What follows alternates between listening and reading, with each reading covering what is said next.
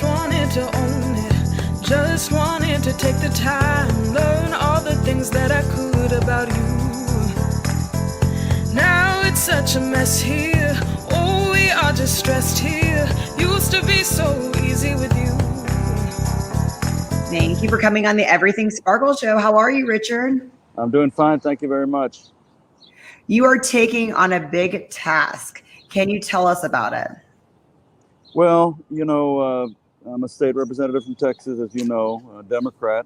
And earlier this year, during our regular legislative session, there was legislation introduced, as there was all over this country, really, after the last presidential race. An effort by Republican lawmakers to introduce legislation to intimidate voters, try to make it harder for people to vote, in particular, clearly, African Americans and Hispanics, and now with the legislative proposals they have, really make it harder for people who have disabilities and seniors. And so we were able to kill that bill, stop it from passing during the regular session. And immediately after that, our governor, Greg Abbott, who's also a Republican, immediately called, well, not immediately, but about a month later, called for another session, which we call special sessions in Austin, in Texas, and reintroduced that bill, brought it up again. Well, at the same time that that's going on in Texas, as I said, you have it going on all over the country, not just the South anymore. It used to be that they would try to do these things in the South to intimidate people and make it harder for minorities to vote. But now they're doing it all over the country, really in response to the fact that Donald Trump lost the election and won't accept the fact that he lost the election, as you all know. And so Republicans have systematically and systemically really introduced legislation to try to make it harder for people to vote. So we made a decision, since there's legislation being considered in Congress, to set federal and national protections, people's right to vote. We decided that we needed to go to Washington. We needed to go bring the case of what's going on in Texas, and really, as I say, what's going on everywhere, and to remind the President Biden, and the Congress of the importance of passing voting rights legislation more than anything else. And so we came up here. As a result of that, as you know, any elected body, not just legislative body, but school boards, county, cities, colleges, you have to have a quorum. So there usually has to be a certain percentage of the people on the board or in the legislature have to be there to constitute a quorum.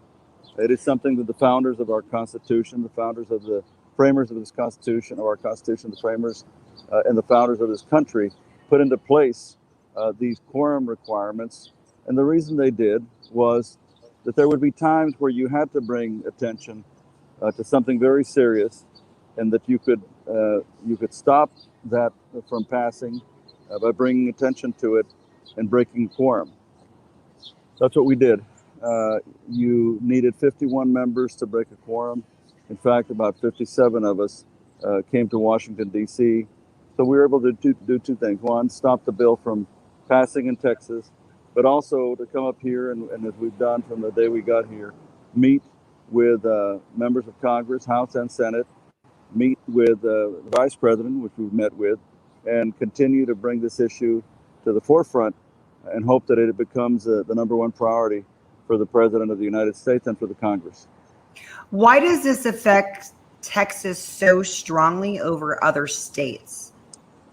It's not that it affects us so strongly over other states. There are many states that are affected by what's going on. I think there are the counties, about 400 bills that have been introduced across state legislatures, across the South, all the way up to Pennsylvania, up to Iowa, Arizona, and the West. And my understanding is I think almost every single state now, Republicans have introduced bills to try to make it more difficult, to try to make it more intimidating, to try to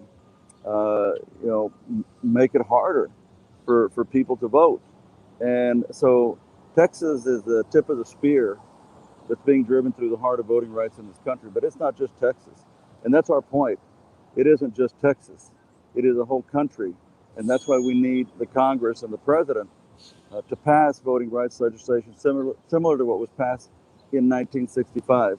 If you know your history, you know that leading up to 1965, for decades, there had been efforts to make it hard for blacks in particular, but Hispanic Americans as well. And now that we look back on it, I bet for disabled people and seniors also, regardless of their race. But that was what was going on and necessitated finally in 1965 the passage of the Voting Rights Act. That's been destroyed by the Supreme Court. So we need new legislation. But it isn't just for Texas. This isn't something that's just going on uniquely in Texas. It's going on all over the place. That's why we came to Washington. We know how important it is for the entire country. So when the 57 of you got together to go to DC, why did you guys not reach out to other states, to their government, to their representatives and say, hey, let's go tackle this together? Why did 57 of you from Texas decide to tackle that? Well, two or three reasons, I suppose. One is, given that we were state legislators in the state of Texas, we knew by doing this we could stop that.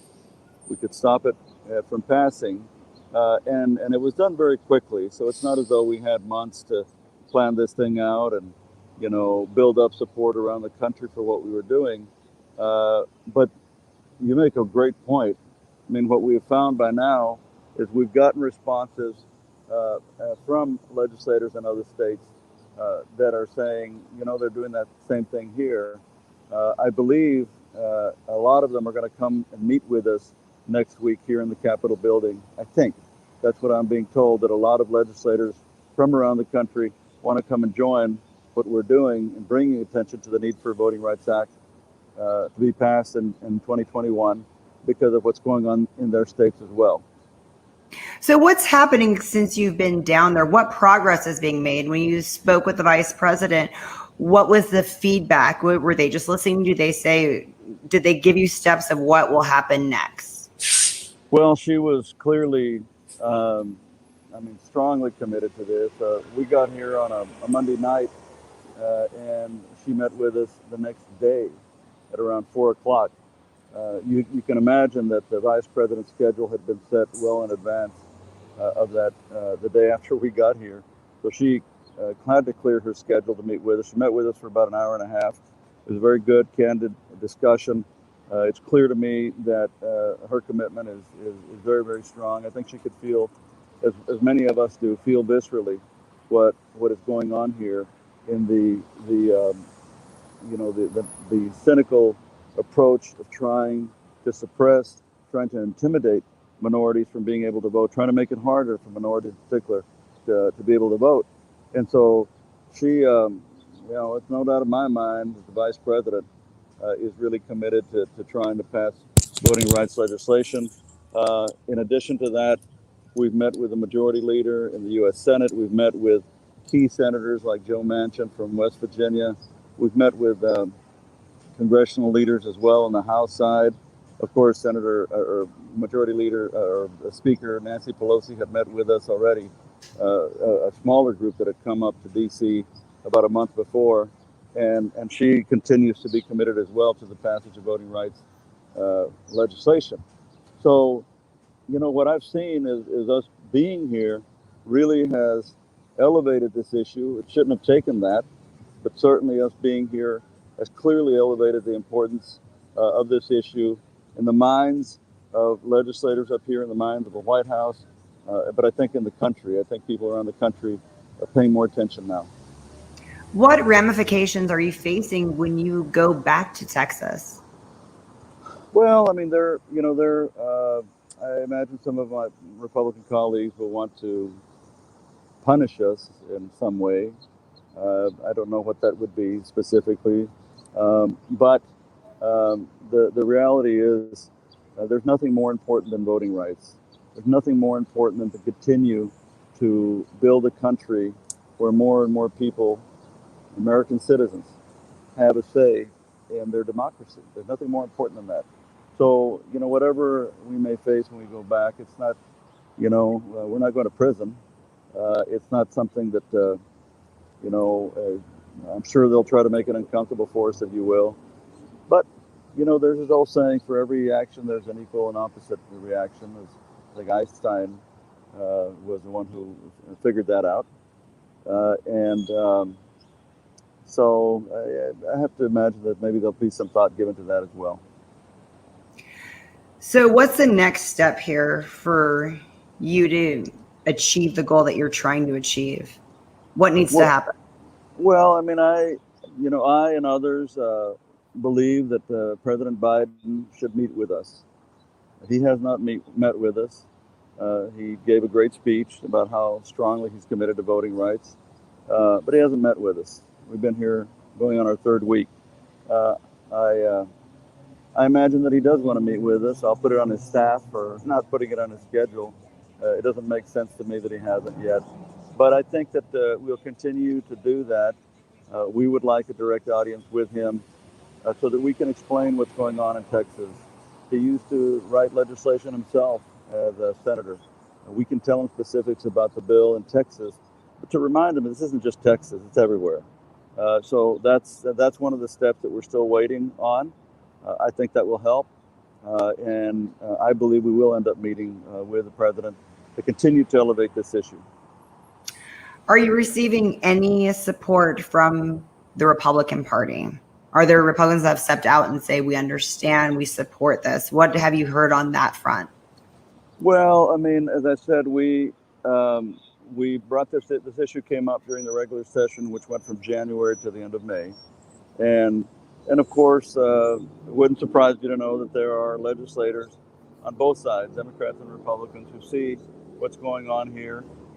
Republicans who certainly feel political pressure to go along instead of standing against something that they feel probably isn't necessary or that is in fact going to be detrimental to engaging and involving and allowing more people to be part of our democratic process.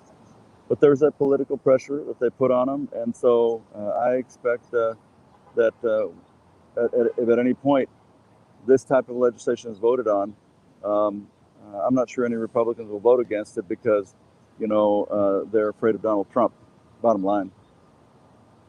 Well, I know that some Republicans have spoken against Donald Trump, so I was wondering if any of them have supported this action. Well, again, if they have, I mean, they haven't called to tell us. They're probably not particularly mad at us. I think that they're smart enough to understand what's right and what is wrong. And so hopefully we're in their prayers, and that's helpful. How does this affect taxpayers' money? How does what affect taxpayers' money? All of this, you guys being there, voting against the bill going into effect. What are the different scenarios that this could affect taxpayers' money? Well, we don't, if the legislation passes as they're proposing, it is more cumbersome. There are things that are unnecessary that they're trying to get local governments to have to do and the state government to have to do that are a smokescreen. That will cost millions of dollars more for the taxpayers, and that's unnecessary. What would cost millions of dollars and more for the taxpayer? Well, for example, they want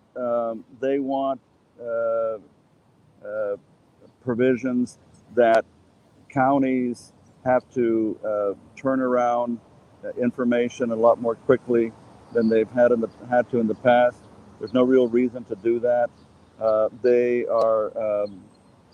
are making it harder for counties if they want to set up more voting places, voting stations, if you will, or drop boxes. For example, you had in different states, different counties in the state of Texas, drop boxes where people they would get their ballot by mail, and they could go and drop it at a polling location or a designated site that was secure, where they could go and drop off their ballots. They won't be able to do that, effectively won't be able to do that anymore. They'll be able to do it in Harris County, Houston, Texas, which has millions of people.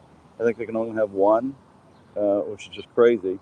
So that will mean that that the county will have to spend more money on other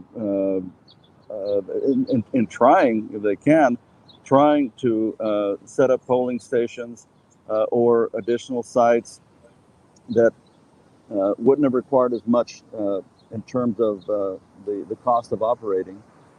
They'll have to spend more on that to even try to get as close as they can to where we were before in terms of allowing more access to people.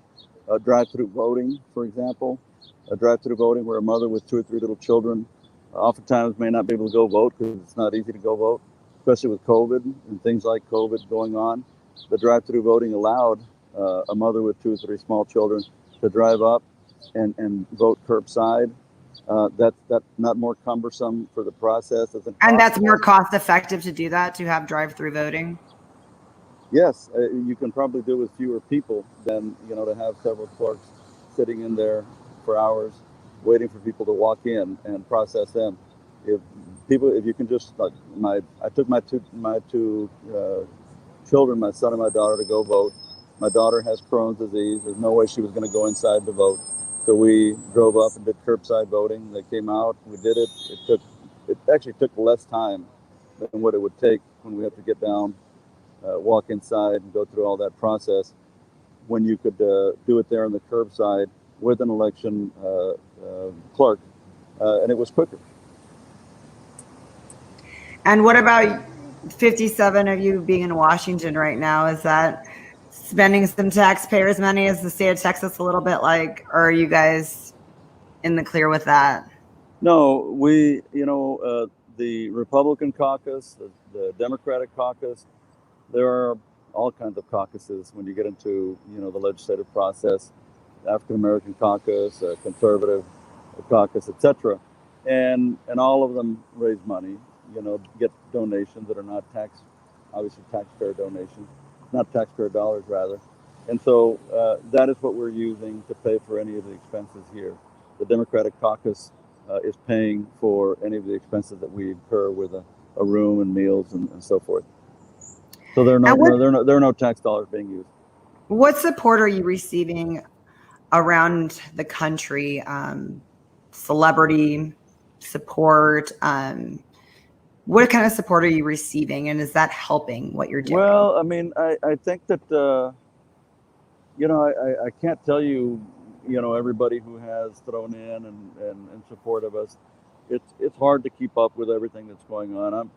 You sort of try to focus on the meetings that we set up, that we're participating in, or a press conference that we're doing, or we meet as a caucus 2 to 3 times a day to go over issues, or to also do Zoom meetings because we're able to do that as well. And so I really couldn't tell you everybody who is would be quoted celebrity or things like that. I saw that Stevie Van Zandt, I don't know if you know him, but the lead guitar with Bruce Springsteen and a soprano, was on The Sopranos. He came out with a very strong statement yesterday about voting rights and how the president needed to move on this. So when will we find out if you'll accomplish what you want? At what point are we? Is it when a voting rights bill passes here in Washington D.C.? That's when we'll know that we have accomplished what we wanted to accomplish. That's when we'll know. And when will that take place? Well, you'd have to ask the Congress and the president. We're hoping it happens soon, so that it will prevent these bad bills that are being proposed at the state level from going into effect, being passed or going into effect. So the sooner the better in terms of its effectiveness. But I can't tell you, man. I wish it would pass tomorrow. But I can't tell you. I just hope that it's soon. Will you stay there? Will the 57 of you stay there until it's done, or? I don't know. We're kind of doing a day at a time. We know that the special session in Austin ends, I believe it's August the 7th, August 6th or 7th. I can't remember exactly. It's one of those 2 days. And so, we'll be here till then, and that'll kill that legislation. I'm sure the governor will. He's announced that he would call more special sessions. So when he calls another special session, when we go back, I can't tell you that right now. I don't know. So if you don't get what you want, what's the next step? Do you guys fight that? Do you guys petition that? What happens? Well, we continue, and we do at the state legislative level. Of course, we're going to debate, we're going to argue, we're going to try to inform and try to get our colleagues to pull back on legislation that is clearly meant to intimidate voters, and hope that we can appeal to their better angels in ameliorating some of the proposals. And so that's what we'll continue to do. We won't stop telling Congress and the president how important it is that they pass legislation up here. That's not going to stop until they do it. We'll keep telling them until they do it. So for the viewers that are watching now, what can the average person do that's at home watching, that's just a regular citizen, that's not part of Congress or anything? What can a regular person do? They can email, Twitter, they can call, do whatever they like to do most. I would say they're United States senators. They know who that is. They got two of them. They're a member of Congress. So they know who that is. And if they don't, maybe they at least know who the President of the United States is, and that's Joe Biden. And anybody who is watching, listening, and cares, reach out to Joe Biden. Tell him, you know what, Mr. President, you need to meet with those Texas Democrats, and you need to pass voting rights legislation. You need to do it now. That won't take them a lot. It's not a lot of words. It's a very powerful message. So if they don't reach out to anybody else, they should be reaching out to President Joe Biden to make this a priority. And when I say priority, if it isn't the first priority, then it's not a priority. You cannot make voting rights the third or fourth or fifth list on the thing on your to-do list. It's not the way it works. This has to be the first priority. Otherwise, nothing else matters, and nothing else really will get done in terms of the things the president wants to accomplish. So you want to help? Call the president, get on a radio talk show, go get interviewed by some local TV station, write, call, send up smoke signals. I don't care. Just say, Joe Biden, meet with those Texas Democrats and help them pass voting rights legislation as soon as possible. And Richard, I just want to end with, tell us a little bit about your background and what you've done since you've been in your position.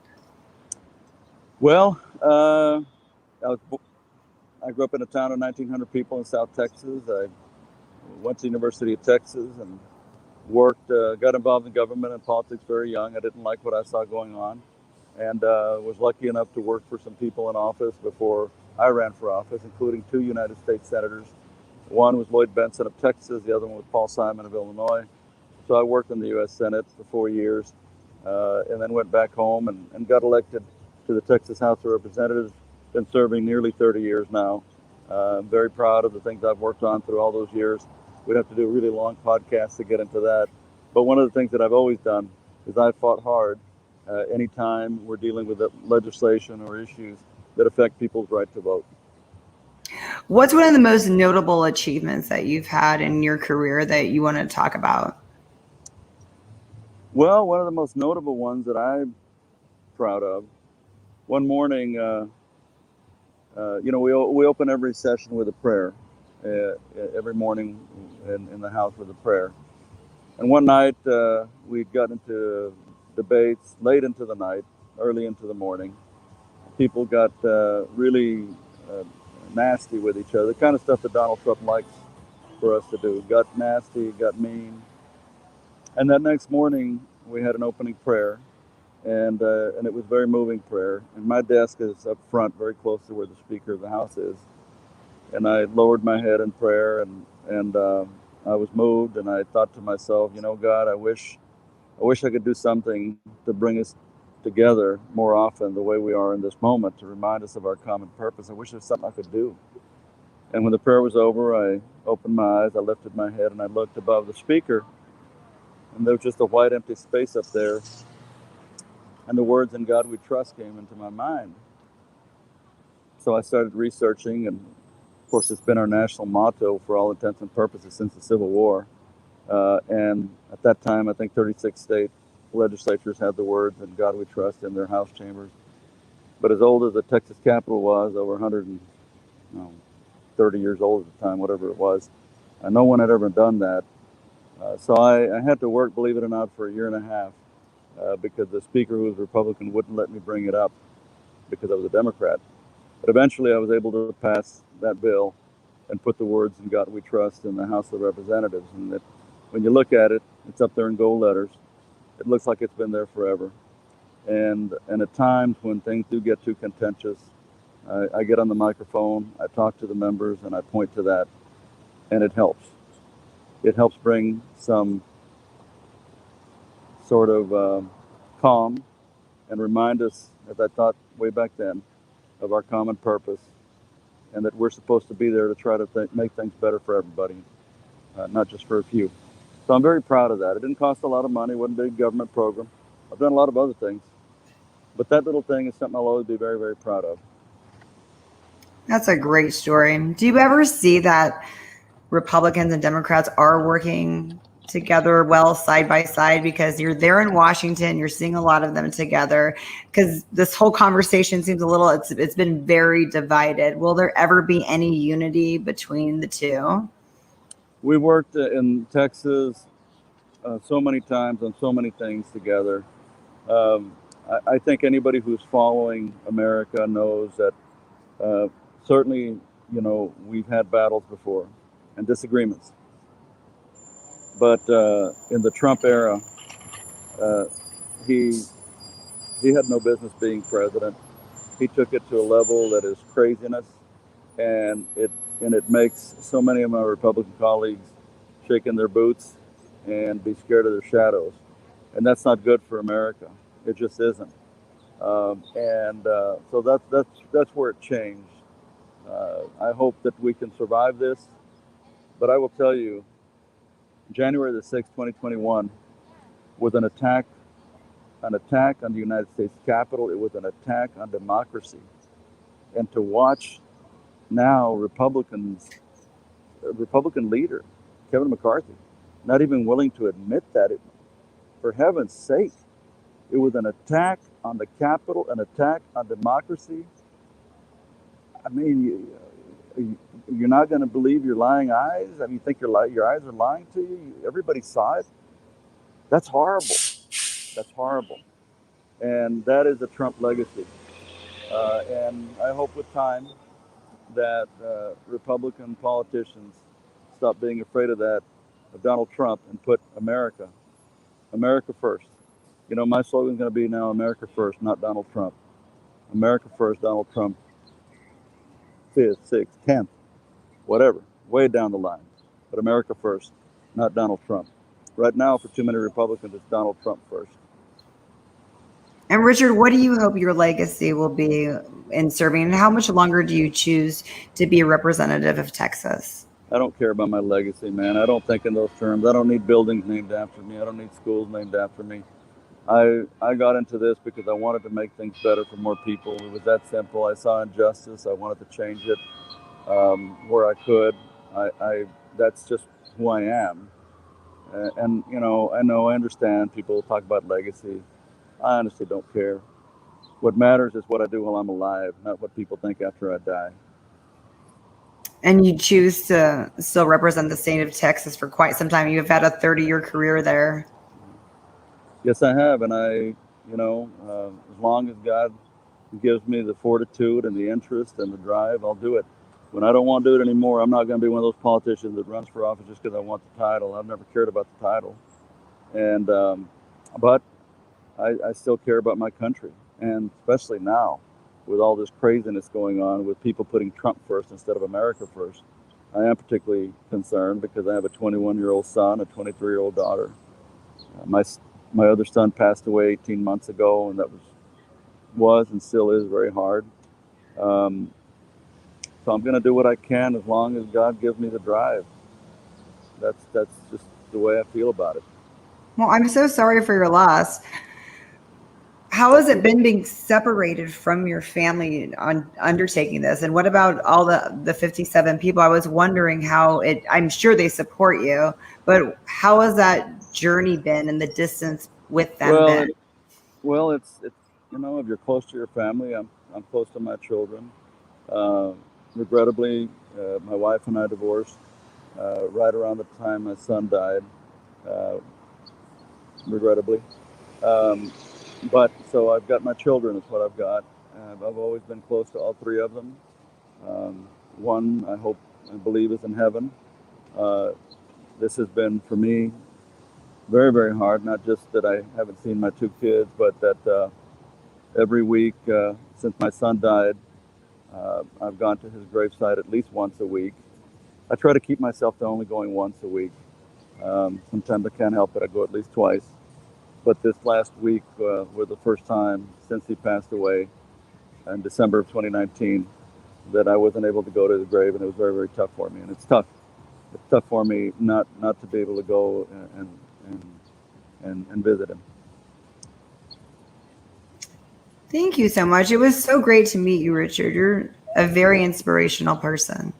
Well, thank you for the invitation, and again, my apologies for not being on time. I always try to be on time, but then I started thinking, well, maybe it wasn't today. I just couldn't find the information, but we got on it a little late, so I apologize. But I thank you for the invitation. Oh, Richard, I wanted to ask, where can we go to see the progress of everything happening in Washington besides the news? Or do you have a website? Are you constantly updating us on the little progress? I do have a website, but I'm not constantly updating. I know that people like to do that, and they like to Twitter and all that, use Twitter and tweet and all that. But that's to me like you've got to feed the beast all the time. And there's plenty of other members here who do that. Well, that's what I was wondering. Is somebody putting out who's the best person? Well, that I we think can that, follow I for the think information? I think the best thing is just to get online and the Texas House Democratic Caucus, they're constantly updating things on there. Thank you so much, Richard. You're welcome.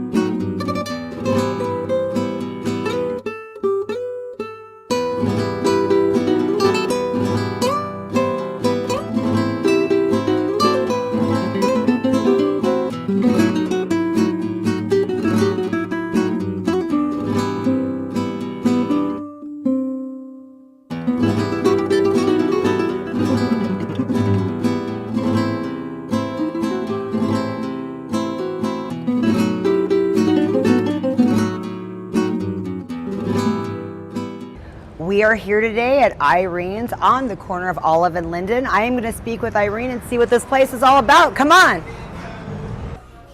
I am here with Irene of Irene's. I am so happy to be here with you today. How are you? Fine, thank you. I'm happy to be here with you also.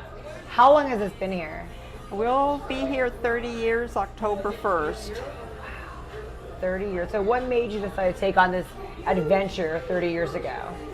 I've always liked food, cooking food, and making people happy. People are always happy when they eat something they like. That's true. So a lot of people think that in theory it sounds fun. Like, hey, let's open up a restaurant, I cook it at home. But Right. I forget the percentage. It's like 90% of business or 85% of restaurants fail and don't work after like 2 or 5 years. How have you stayed here for 30 years? A lot of hard work. I've been willing to work for all these years, yes.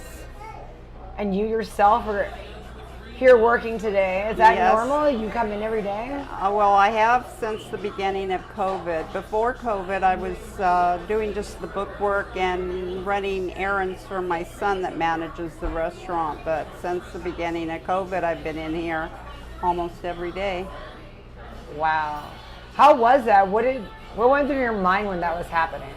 It was so scary. I mean,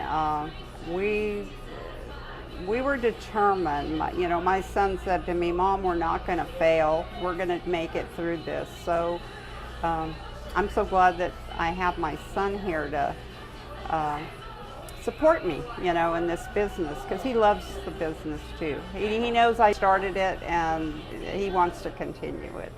So was that kind of a joint decision, like when you started this, took the family aside, said, I want to do this, what do you guys think, thoughts? And then he's like, I'm with you, Mom, I'm going to do all this. No, it didn't even happen that way. He was working another job when I opened up the restaurant. He was still coming in the evenings when like I said, we've always worked really hard. He would come in at night and after his job and help me clean up the restaurant at night after he got through his job. So he was supporting me then.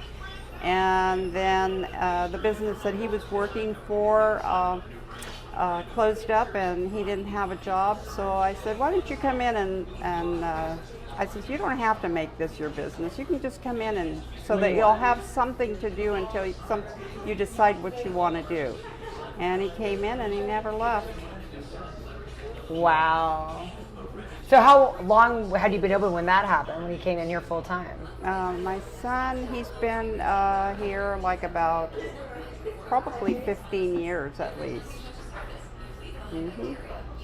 And so what about the rest of your family? Tell us a little about like your family life when you started all this. My husband supports me all the time. He doesn't really work in here. What does he do? What was his thing? He was worked for Santa Fe Railroad. Okay. And he retired from Santa Fe Railroad, but he's always helped as far as running errands. He's doing that right now as we speak. Picking up things for me, helping with the banking, whatever. He's always there to support me also. Wow, and then, because it's a lot, there's a lot of long hours and you're away from home. Right. All the time, so the family's been cool with that the whole time? Not the whole time, not when the grandkids were little. They did not like it because at the beginning I was working 7 days a week, 12, 14 hours a day. It was just like I barely would sleep for a while. I lived at the restaurant in order to get the business going, yes. What made you decide to be in this location? I've always loved the Tower. The Tower is a very inclusive community. Everybody gets along here. Everybody supports each other. Anytime even when I first started the business, the locals would come in and say, how are you doing, Irene? We want to make sure you're all right because we want you here next year. So, and that's the kind of people that live in the Tower and support the businesses here in the Tower. Same during COVID, we had the locals here trying to support us as much as possible. So this is a great location. You're right at the corner. Did it pop up one day the real estate was open? You're like, that's my spot? Exactly, because I started out with Sean on the one-way street. So you did have another location? Yeah, just right around the corner here, right at with Sean at where Bank of America, where Frosted Bakery is now. Okay. I was there, and for 8 years, and as soon as this location opened up, we just put everything on rollers and wheeled it over across the street here. I love that. Wow. And you noticed like it was different once you came here. Did it get better? Oh yes, it was better. We pretty much doubled our business overnight. Because you doubled the size. Right, the size and the location. People could pass by and see you more. Yes, it was like they had us. I'd get calls all the time. How do I get to your business? Because you could only catch it on one way. It was on a one-way street, so you had to go around the block and try to get in there. So the menu, what's the best thing to have here? So you have pastrami sandwiches, those look really good. What's some of the specials here? Well, as far as one of the biggest things here is our burgers, because we're still pressing out a 9-ounce patty from fresh meat, and we buy our bread from the Bass Bakery, so we get our pita buns from the Bass Bakery. We did that from day one, and we're still doing exactly the same thing. The only thing that we've done is added more varieties of burgers, because we have our California burger is our most popular one, which is cheddar and jack cheese, bacon, avocado. That's one of them. And then we have a bacon blue cheeseburger, barbecue burger. We make everything from scratch, even our barbecue sauce. And that's another thing, because I know a lot of people don't think about this at home, but meat prices go up. And then what do you guys do when that happens? And I know we haven't raised our prices since COVID, and the prices have been going up and up. So, you know, it's like I cringe every time I have to raise my prices. You want to hold off as long as possible. As long as because, possible, yes, because... you have your regulars, that this is what it is, it might change, here we go. You're right, exactly. Yeah. Well, that's really great that you haven't raised them, but if you have to, we understand. What's anything new that's coming out? As far as food or anything? Well, the neighborhood, the street, it's brand new. We just have a brand new street here in the tower, it looks beautiful out there. I mean... it wasn't fun getting it to there, having all that road construction. Right. We suffered through that. Here, we just opened up from COVID when they started the construction. I know. And so, yes, it's been... Too bad they couldn't do it all in one shot. I know, that's what I said, but I'm very excited about the street opening, and it looks great. We have brand new overhead lights that the ones we had before weren't working anymore, and the city put those in for us. So now the tower is lit up at night again. How pretty. Yeah, so I'm really excited about that. And you have a new club across the street. Yes. Have you been there yet? No, not really. I don't go clubbing after I get through here. I didn't know if they took you on a tour. I heard that they did that a little bit with the regular. Right. Yeah, it's just that at my age, I think by the time I finish here, it's time to go home and relax. I don't blame you. And you have a birthday coming up. Yes, I'm going to be 78 at the end of this month. And you're still working. And I'm still working, yes. Well, now that everything's kind of lifting, do you plan to work a little bit less and get some more workers in here? Yes, we're trying. We really are trying to get more workers, but it's been very difficult. We hire, and some of them stay and some of them don't. It's a constant rotation of employees. We've been trying to get a cook. We're shorthanded a cook right now. We've been trying to get one for over a month, and we haven't even had any applications as far as... I've heard of that from a lot of restaurants. So we have one loyal cook that we have right now that's working doubles to keep us going, 2 days out of the week.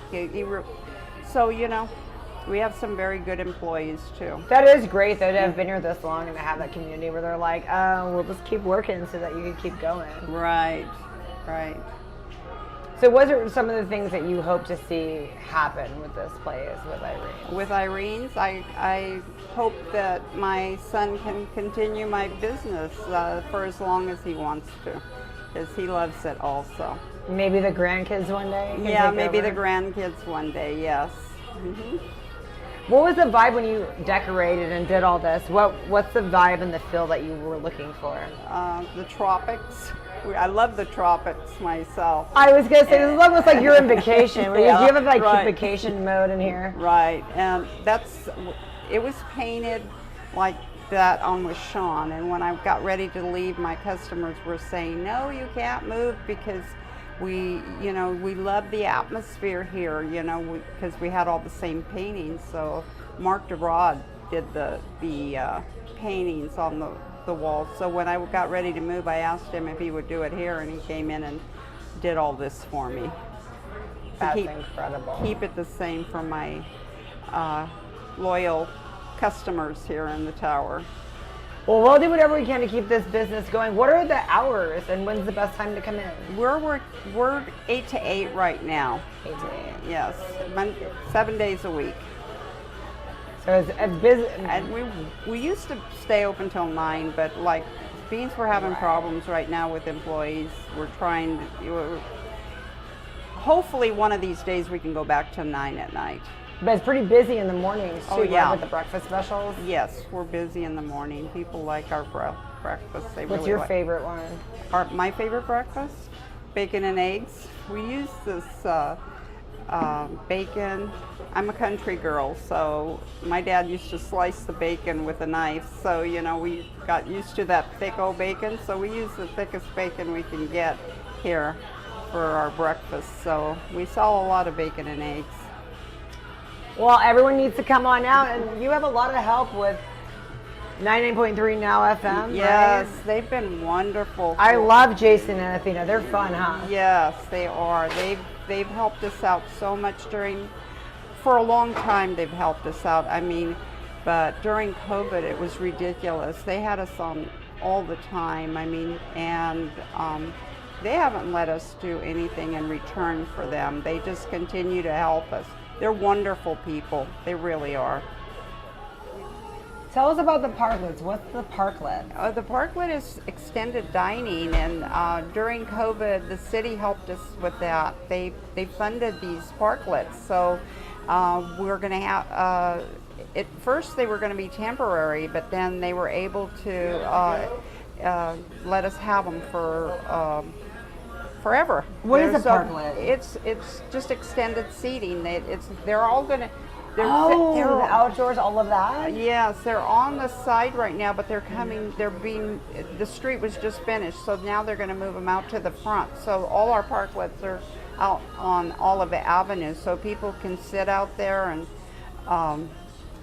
look at the people going down the street. Well, that'd be great, especially with all these clubs opening up across the street. That I can see what's going on. And Right. I love that. And it helps as far as having that extra seating when you're busy.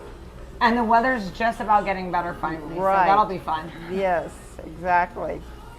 Irene, you know what I like? I like that you guys just have the beer and wines here because a lot of diners don't. You can't get that at Denny's, and I think a lot of people don't realize you sell the booze. Yes, we do, and we sell a lot of draft beer. There's a lot of people that come in for draft beers. We have, for just the small business that I have, we have quite a few drafts on tap.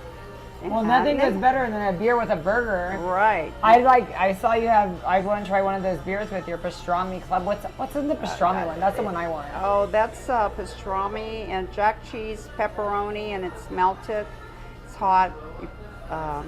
That's a very popular one. Oh my, sandwich. that sounds so delicious. And the Bahama Club, probably. That's cream cheese, avocado, turkey, bacon, and that's a big one here on our sandwiches. That sounds amazing. And then I heard you guys might be getting a farmer's market here like we do in Old Town. Right. Tower Marketing Committee is working right now with a group trying to get a farmer's market into the tower. So Well, Tyler's one of my friends. That's the one that's kind of running everything with that now, and that would be fabulous because right, that would be great to have a farmer's market in our area. There's really not another farmer's market on this side of town, really. I think that's what I was thinking. How are people getting their fresh produce here? you have to really drive to Clovis, or and a lot of people are walkers here. I know there's a lot of walkers here. Right. The people in the tower do walk a lot. You know, they walk. I know I had a customer say, that was one night I was telling you I'm having problems with employees, keeping employees, and we're all consistently for the say 29 years, I never closed early or not open when I was supposed to, and it's just so happened I had a customer that walked for dinner one night and we had to close because we didn't have a cook that night. So, you know, it's, I'm just saying, a lot of our customers do walk. He wasn't too happy because he walked all the way here and then we weren't open, but we're doing our best, you know, we're doing our best. What's the big holiday around here that you guys get really involved with? There's Mardi Gras. You know, we have the Mardi Gras Parade, which is a really family-oriented event where families come out with their kids and we do floats and Most of the restaurants will have the Cajun menus. I know we do it here. We have everything from red beans and rice to jambalaya, bread pudding, the whole works. We do that every year. Yeah, we do that every year. So that's a really fun event. Also, Taste and Toast of the Tower, where all the restaurants put out a sample of some food that they may like to have everyone try. Is that happening this year? We didn't have it because we usually have it in May, but during COVID we thought we might do it in the fall. We're thinking about that. Tyler said that on my show too. Mm-hmm. We're trying to get it in the fall. So right now we're just trying to put our events on again. So. Okay, so where can we look at when we want to know what's happening at Irene's? Do you guys have a website? Yes, we do. Tower Marketing Committee has a website, and it's in the process right now. I know that it was down for a while, but I think if they don't have it up now, it's almost ready to go. But you have a personal website. You have an Irene's website, right? Right. So yes, we'll go on there for that. So hopefully you can see the different events coming out. Thank you so much. Thank you for meeting with me here. Thank you. It was great talking to you.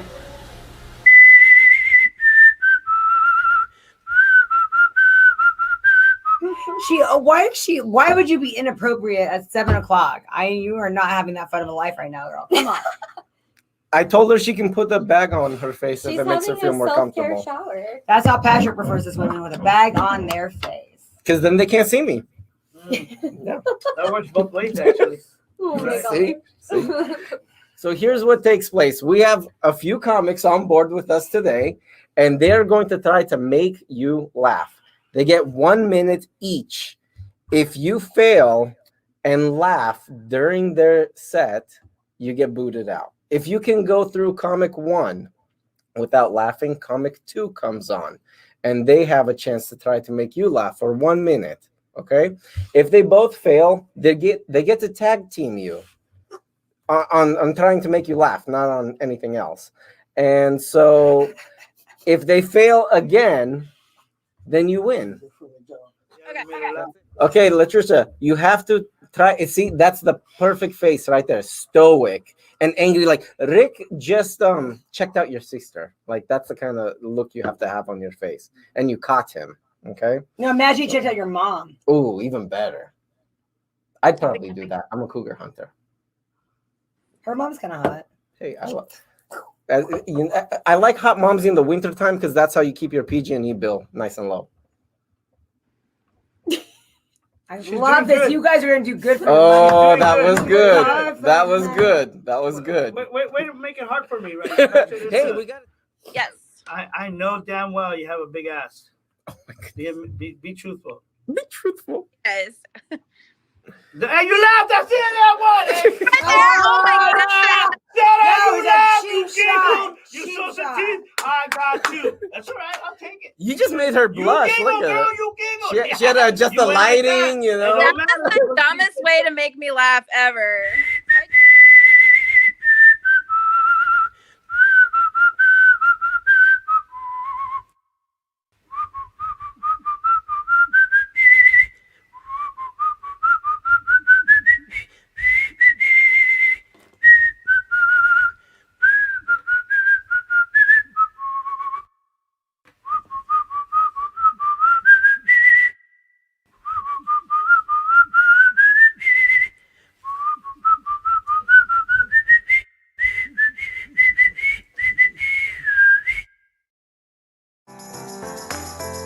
Felt right in the moment, felt right in the summertime. It felt right drinking cherry wine with you.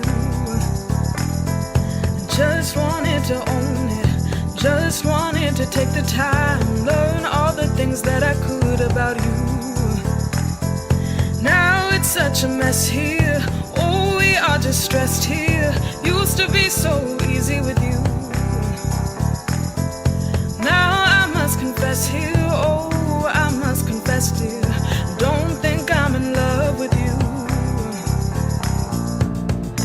Winter is coming and I don't know what to do, and there's no more use in running, no more running to you. And I don't want your loving, I don't wanna be just friends. this time